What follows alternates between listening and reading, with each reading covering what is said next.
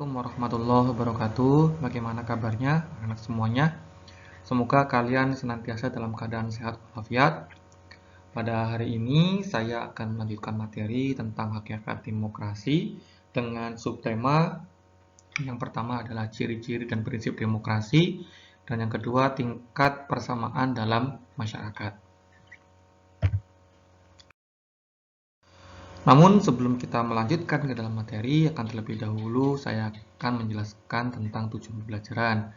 Yang pertama adalah menjelaskan ciri-ciri dan prinsip demokrasi, yang nanti masing-masing akan saya bahas satu-satu. Pertama tentang ciri-ciri demokrasi, dan yang kedua tentang prinsip demokrasi. Kemudian yang selanjutnya yaitu menjelaskan tingkat persamaan di dalam masyarakat. Oke, kita langsung saja masuk ke dalam materinya.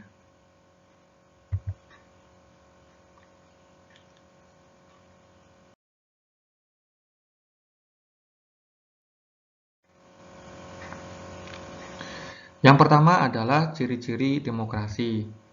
Ciri utama dari tegaknya sistem demokrasi adalah tegaknya hukum di dalam masyarakat atau law enforcement dan diakuinya hak asasi manusia oleh setiap anggota masyarakat di suatu negara. Posisi rakyat dalam sistem demokrasi berkedudukan sederajat di muka hukum dan pemerintahan. Rakyat memiliki kedaulatan dan hak yang sama di segala bidang aspek kehidupan. Lalu bagaimana dengan pendapat para ahli tentang ciri utama dari sistem demokrasi? Di sini saya mengambil pendapat dari Henry B. Mayo yang memberikan ciri-ciri demokrasi dari sejumlah nilai sebagai berikut. Yang pertama adalah menyelesaikan perselisihan dengan damai dan secara melembaga. Yang kedua, menjamin terselenggaranya perubahan secara damai dalam suatu masyarakat yang sedang berubah. Misalnya, terjadi sengketa pemilu dalam proses pemilihan umum antara kubu yang satu dengan kubu yang lainnya. Maka, sebagai negara demokrasi, perselisihan tersebut diselesaikan dengan cara yang damai dan diselesaikan oleh lembaga yang berwenang dalam suatu negara. Konteksnya Indonesia, ketika ada perselisihan pemilu dapat diselesaikan di mahkamah. Kemudian yang ketiga, menyelenggarakan pergantian pemimpin secara teratur. Kita bisa melihat di negara kita, setiap 5 tahun sekali Indonesia akan menyelenggarakan pemilihan umum, baik itu di tingkat daerah maupun di tingkat pusat. Itu menunjukkan bahwa negara kita, Indonesia ini, menerapkan sistem demokrasi dalam pemerintahannya. Indonesia pernah mengalami kepemimpinan yang cukup panjang, ya selama 32 tahun oleh Presiden Soeharto atau selama 20-an tahun oleh Presiden Soekarno, yang berlangsung sangat lama. Meski di dalam pemerintahannya terjadi pemilu, tetapi pemilu yang terjadi hanya sebatas formalitas, misalkan di zaman Presiden Soeharto, yang selama 32 tahun kepemimpinannya berkali-kali Indonesia menyelenggarakan pemilu, tetapi pemilu hanya dijadikan semacam formalitas yang menunjukkan bahwa terjadi sistem otoriter dalam pemerintahan negara Indonesia. Tetapi berbeda pada hari ini, Indonesia telah menerapkan sistem demokrasi dan pemerintahannya baik tingkat pusat maupun tingkat daerah yang ditunjukkan dengan adanya pergantian pemimpin setiap 5 tahun sekali. Kemudian yang keempat, membatasi pemakaian kekerasan sampai minimum. Artinya di sini ketika terjadi chaos atau terjadi demo, ya, aksi massa yang kemudian berpotensi chaos, maka di sini aparat tidak diperkenankan melakukan tindak kekerasan dan bahkan di situ sampai minimum. Artinya ketika ada aparat yang melakukan tindak kekerasan, itu menunjukkan bahwa sistem demokrasi dalam suatu negara itu terjadi permasalahan. Oleh karena itu, negara harus dapat mengontrol aparat keamanan sebagai alat untuk menjaga kedamaian. Di sini yang dimaksud adalah alat kelengkapan negara, ya, sebagai alat menjaga keamanan dan ketertiban di dalam masyarakat.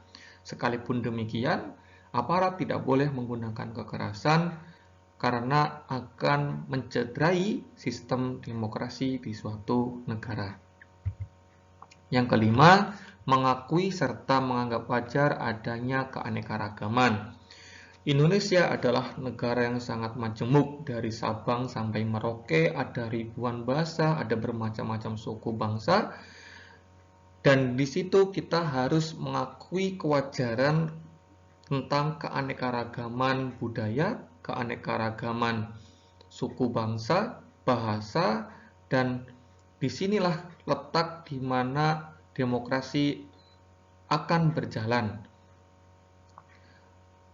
Adanya perbedaan bukan menjadi semacam sumbu perpecahan, tetapi justru disitulah akan menjadi kekuatan yang menunjukkan bahwa Indonesia adalah sebagai negara demokrasi, negara yang toleran, dan negara yang dapat menjaga stabilitas dan keamanan negaranya, sekalipun Indonesia adalah negara yang beraneka ragam suku bangsanya.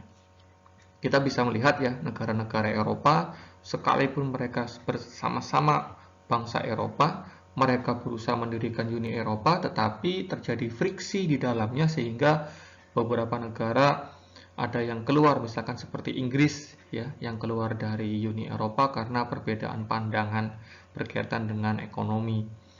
Kemudian yang keenam, menjamin tegaknya keadilan.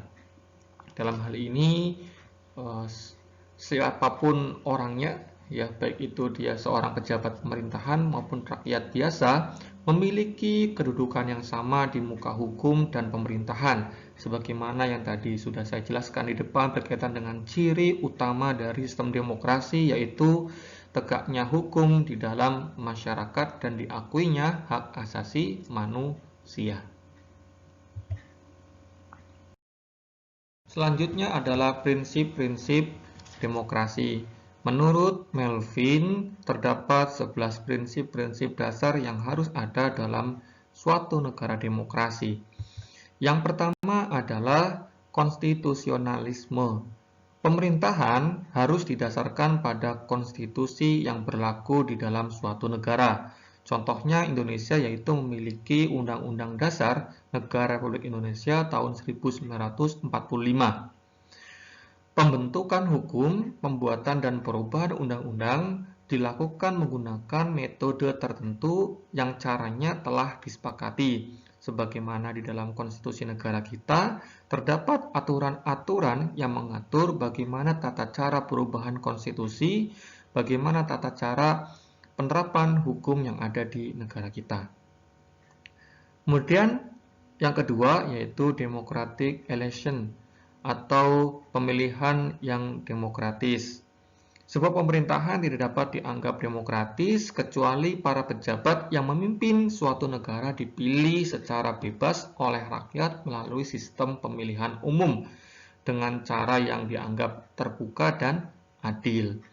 Negara kita tentu seperti yang kalian ketahui menyelenggarakan pemilu setiap 5 tahun sekali.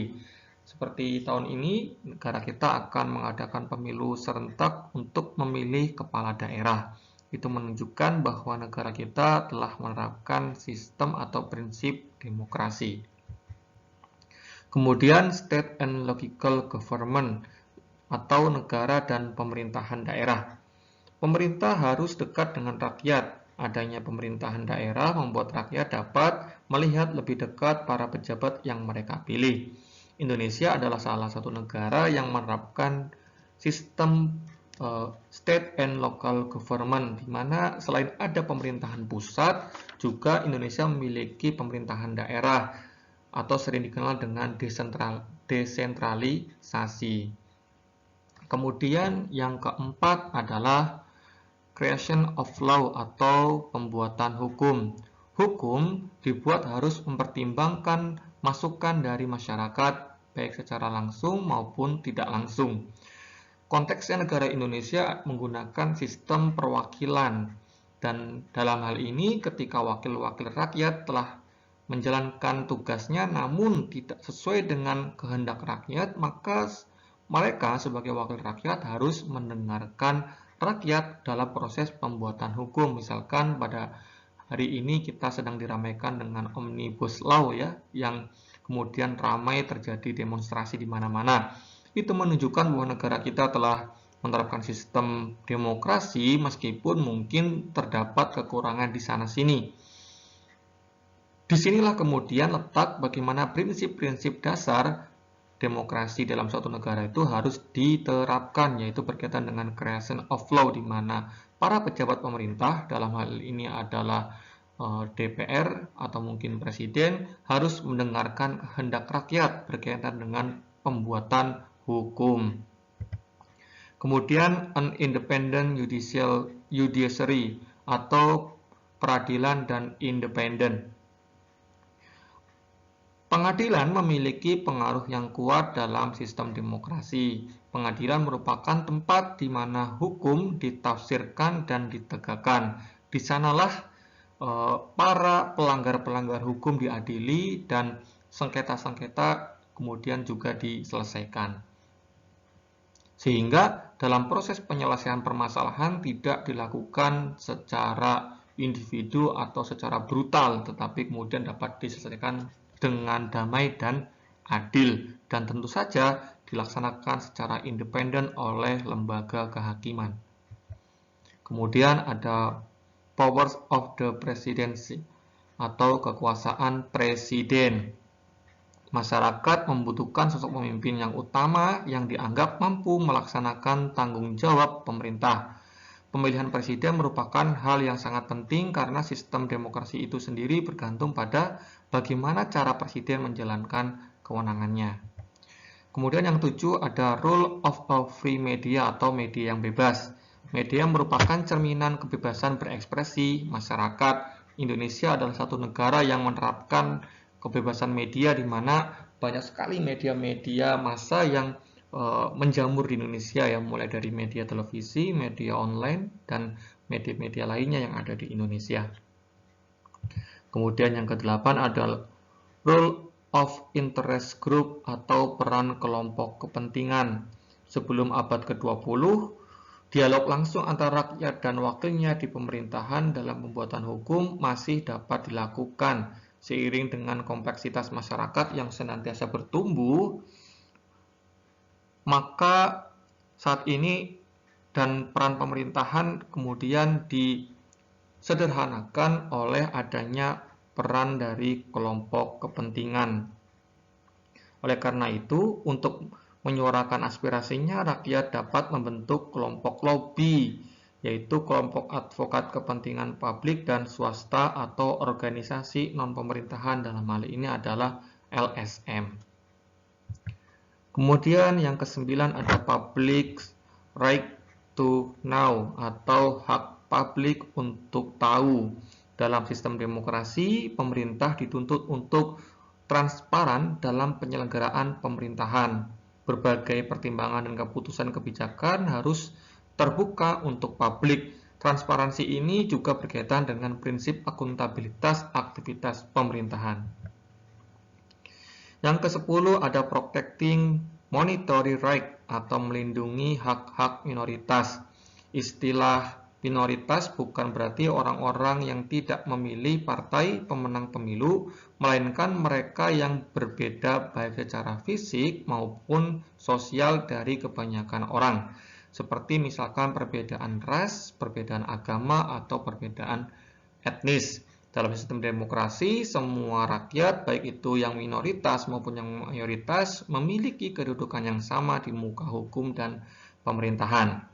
Dan yang ke-11 ada civilian control of the military atau kontrol sipil terhadap militer. Dalam negara demokrasi, militer tidak hanya harus berada di bawah pengawasan otoritas sipil, tapi harus memiliki budaya yang menekankan peran sebagai pelayan masyarakat dan bukan sebagai penguasa masyarakat. Hal ini dilakukan untuk menjaga sistem demokrasi dari penguasaan kekuasaan oleh satu pihak karena militer memiliki tugas untuk melindungi demokrasi dan bukan sebagai penguasanya. Untuk konteks negara Indonesia di sini militer memiliki fungsi yaitu untuk menjaga keamanan negara dari adanya serangan dari asing maupun pemberontak dari dalam negeri.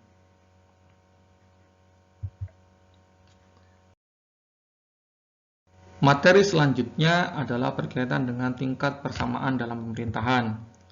Yang pertama adalah persamaan politik. Persamaan politik ini mencakup dua hal. Yang pertama adalah persamaan hak suara dan yang kedua adalah persamaan untuk dipilih sebagai seorang pejabat pemerintahan.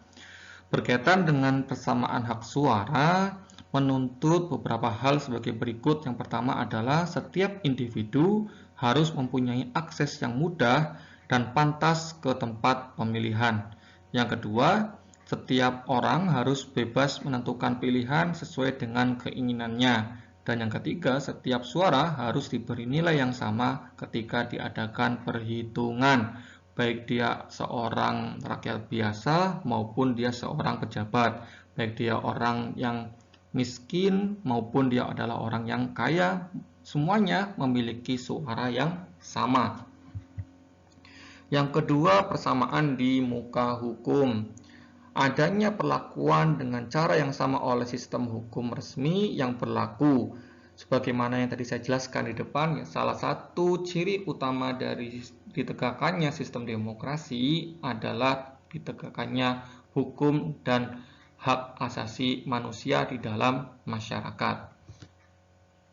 Kemudian yang ketiga yaitu persamaan kesempatan. Sejauh mana setiap individu dalam masyarakat mengalami peningkatan atau penurunan dalam strata atau status sosialnya sesuai dengan kemampuan yang dimilikinya. Tidak ada halangan untuk bekerja keras bagi setiap individu guna mencapai prestasi tertinggi. Dan yang keempat adalah persamaan ekonomi. Setiap individu dalam masyarakat diupayakan memiliki kesempatan yang sama dalam mengelola produksi barang dan jasa dan untuk mendapatkan tingkat pendapatan dan kesejahteraan yang memadai. Dalam hal ini, negara diharapkan mampu memberikan jaminan minimum di bidang keamanan ekonomi sebagai bentuk nyata berjalannya sistem demokrasi. Dan yang terakhir yaitu persamaan sosial. Tidak ada asosiasi publik atau asosiasi pribadi yang dapat menciptakan halangan buatan bagi kegiatan-kegiatan dalam asosiasi. Persamaan sosial mengacu pada tidak adanya perbedaan status dan kelas di dalam masyarakat. Persamaan sosial dapat pula mencakup aspek-aspek persamaan kesempatan dalam hal sosial. Demikian materi yang telah saya sampaikan. Ya, pada dasarnya berbagai pembahasan yang telah saya sampaikan berkaitan dengan hakikat demokrasi. Hakikatnya menyatakan bahwa yang mana dalam sistem demokrasi itu kekuasaan tertinggi berada di tangan rakyat dan bukan secara penuh dipegang oleh penguasa, dalam hal ini pemerintah. Sehingga sekali lagi bahwa pemerintah dalam hal ini pejabat negara sesungguhnya mereka adalah wakil-wakil rakyat yang menjalankan kekuasaan rakyat yang sebagai bentuk perwakilan rakyat yang diamanatkan oleh dasar negara Pancasila sila keempat. Di dalam suatu negara yang menganut sistem demokrasi, rakyat bebas untuk mengeluarkan pendapat, menyampaikan kritik yang bersifat membangun, memilih wakil-wakilnya, serta memilih kepala negaranya. Berkaitan dengan menyampaikan kritik yang bersifat membangun, ini perlu menjadi catatan bagi kita semua sebagai rakyat bahwa dalam aktivitas demokrasi kita, ketika kita menyatakan pendapat dalam kegiatan demonstrasi misalnya, atau dalam kegiatan aksi massa, perlu memperhatikan berkaitan dengan kritik yang bersifat membangun, bukan kemudian merusak fasilitas umum yang justru akan merugikan banyak orang, baik itu konteksnya secara umum, seluruh bangsa maupun konteksnya mereka-mereka yang menjadi korban, misalkan yang rumahnya ikut terbakar atau kendaraannya ikut rusak akibat dari demonstrasi massa. Begitu juga para aparat negara yang perlu memperhatikan bagaimana memperlakukan rakyatnya untuk tidak menggunakan kekerasan yang justru akan menimbulkan korban, baik itu korban luka maupun korban jiwa. Dalam hal ini, adanya kekerasan dalam penerapan sistem demokrasi kita justru menunjukkan bahwa terjadi permasalahan ya di dalam sistem demokrasi, dan hal tersebut dapat mencederai semangat demokrasi di dalam negara Indonesia. Demikian sekali lagi materi yang dapat saya sampaikan, semoga bermanfaat. Untuk selanjutnya silakan kalian dapat mengerjakan tugas individu yang telah saya sematkan di dalam Google Classroom. Mohon maaf apabila ada kekurangan kesalahan.